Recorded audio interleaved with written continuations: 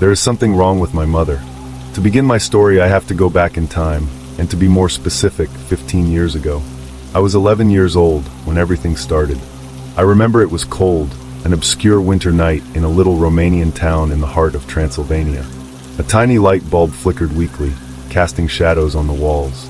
My mother's voice broke the silence, cracking as she checked the locks one more time, her hands trembling. "Just try to breathe silently," she whispered, as though trying to convince both of us. "I know they're out there.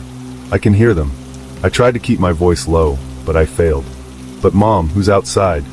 She didn't answer. She only sighed and covered my mouth with a trembling hand. I couldn't breathe. If I just close my eyes, maybe it will be better, I thought.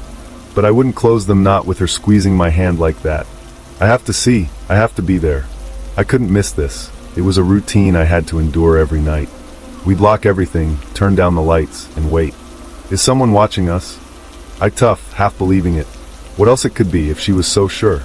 I'm only glad my brother is too young to understand any of this. I don't really know how much time has passed since all this routine started, but I think I can hear something outside the door scratching. It sounds as if something wants to come in. It might be my imagination, but I don't think so, it feels too real. Every time she squeezed my hand, the scratching comes back. The stronger the squeeze, more intense the scratching. I try to close my eyes. I don't want to see this darkness anymore.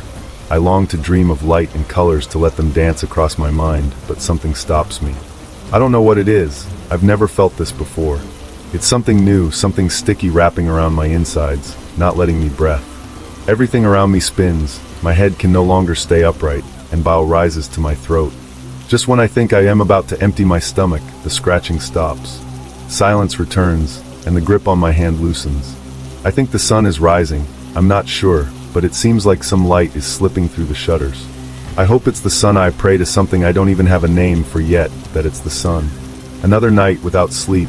The cold winter wind keeps me awake, but the dread begins long before I arrive at school. I try not to let my exhaustion show when I walk off the school gates, but I know they see it. They always see it. Our school, there is no silence to retreat into, no room to hide. They circle me, sharp words flung like stones, cutting off my defenses. Why are your clothes so old? Why don't you talk? Are you stupid or just weird? Every question, every stare, peels away my layers, exposing me until I'm raw and trembling, wishing to disappear. I long to fade into the background, but even invisibility is stolen from me. I shrink further and further, locking myself away inside my mind, until my body becomes a hollow shell, sitting motionless while they laugh, waiting for it to end. The worst part isn't even their words. It's the knowledge that home isn't a refuge. It's a place where the fear keeps us in perpetual darkness. Dread is my shadow, following me wherever I go, a whisper in my mind that the world will never be safe. Not home, not anywhere.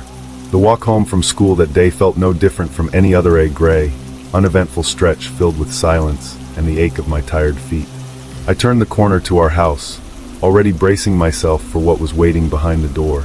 Maybe whispers about people lurking outside, maybe the curtains drawn tight, the house steeped in the usual tension that made it hard to breathe. But when I stepped inside, I froze. The faint smell of something sweet hung in the air, soft and warm, like nothing I smelled in a long time. My mother stood in the kitchen, a plate in her hands, and on it was a cake. A real cake. Homemade, uneven, but real. "Surprise," she said softly, almost shyly, as if she weren't sure I'd believe it. "I made this for you." My legs didn't move. I stared at the cake, at her face, at her hands that were shaking ever so slightly. I don't remember reaching for her, but suddenly my arms were around her waist, and tears spilled down my cheeks before I could stop them. The sweetness of the moment overwhelmed me. She never did this. Never. But for a fleeting second, I felt normal. So this is what other kids must feel every day when they came home, a mother's love wrapped in the scent of cake and safety.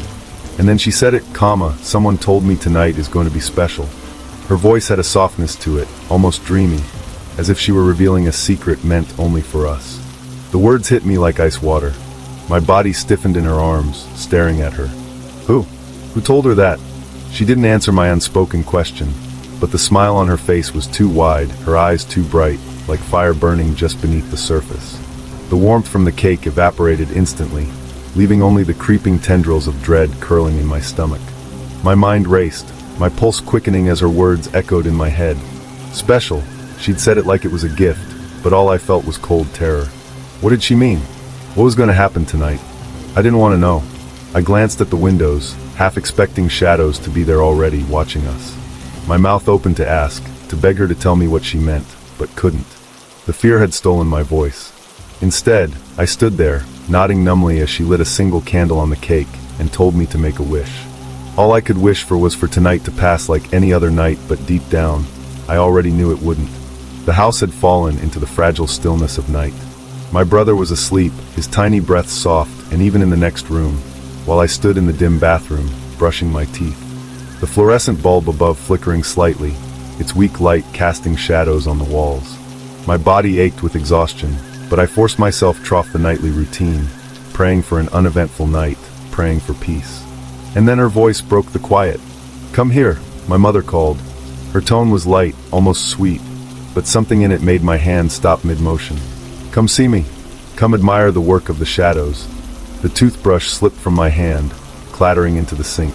My chest tightened. The hallway stretched before me, dark and silent, each step toward her room heavier than the last. The floor creaked beneath me as the house itself was warning me to turn back, but I couldn't. When I reached her room, I froze in the doorway. She was lying on the bed, her body slack and lifeless, as if all the energy had been drained from her. Her eyes stared straight at the ceiling, hollow and empty, yet a wide, unnatural grin was stretched across her face. My stomach twisted at the sight, and my knees wavered. In her hand was a piece of paper, its edges crumpled as though clenched too tightly. My trembling fingers reached for it, and as I unfolded it, I felt the cold kiss of dread crawl up my spine. For words scrawled across the page, messy but clear, "You will be next." A wave of nausea crashed over me. "Mom," I whispered, though I barely recognized my own voice. Her grin didn't falter. Her empty eyes rolled toward me, as if she could see right through me, see into me. Slowly, with deliberate, eerie precision, her lids began to close. "No, no, no!" I screamed, my voice shattering the silence, but there was no answer. My brother didn't stir, no neighbor rushed in, only silence responded. And then I saw it. In the corner of the room, just past the foot of the bed, a shadow moved. Not a flicker from the outside world, not a trick of the light. This shadow was alive. It stretched unnaturally, clinging to the walls like ink spreading on paper, watching me. The air grew heavier, pressing against my lungs, and all I could do was scream. Scream into the void where no one could hear me, where no help would come. The shadow didn't flinch, it just lingered, waiting. I didn't know how long I stood there, frozen in horror, but when I finally turned to run, the shadow followed.